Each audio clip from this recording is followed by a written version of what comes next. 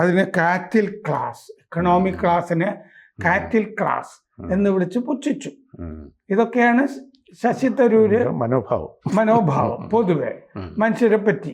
അദ്ദേഹം ഏതൊരു ദന്തഗോപുരത്തിലാണ് വസിക്കുന്നത്, മറ്റുള്ളവര് ഒക്കെ ഈ കന്നുകാലികളാണ് എന്നുള്ളൊരു മനോഭാവമാണ് അന്ന് പ്രകടമായത്. അത് പലപ്പോഴും കാണുകയും ചെയ്യാം.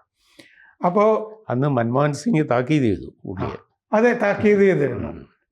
ഇത് എന്നിട്ട് ഇതിൽ പലപ്പോഴും ഇപ്പോഴും പറയുന്നത് പോലെ പിന്നീട് ന്യായങ്ങളും ഒക്കെ പറയാറുണ്ട്. ഇപ്പൊ കേരളത്തിനെ പറ്റി പറഞ്ഞപ്പോഴുമൊക്കെ ഇത് നമ്മളിപ്പോൾ ചർച്ച ചെയ്തത് എന്താന്ന് വെച്ച് കഴിഞ്ഞാൽ നെഹ്റു കുടുംബത്തിനോട് തരൂരിനുള്ള മനോഭാവം. അപ്പൊ തിരിച്ച് നെഹ്റു കുടുംബം എന്താണ് തരൂരിനോട് കാണിക്കേണ്ടത്? അപ്പൊ അവരിപ്പൊ കാണിച്ചുകൊണ്ടിരിക്കുന്നത് തരൂര് പൊതുവെ കോൺഗ്രസ്സിൽ ഉണ്ടാവുമോ എന്താണ് തോന്നുന്നത്?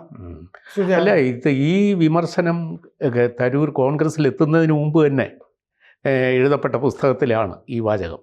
കൂടുതൽ വാർത്തകളും വിശേഷങ്ങളും നിങ്ങളിലേക്ക് എത്താൻ ABC മലയാളം സബ്സ്ക്രൈബ് ചെയ്യുക, ബെൽ ബട്ടണും അമർത്തുക.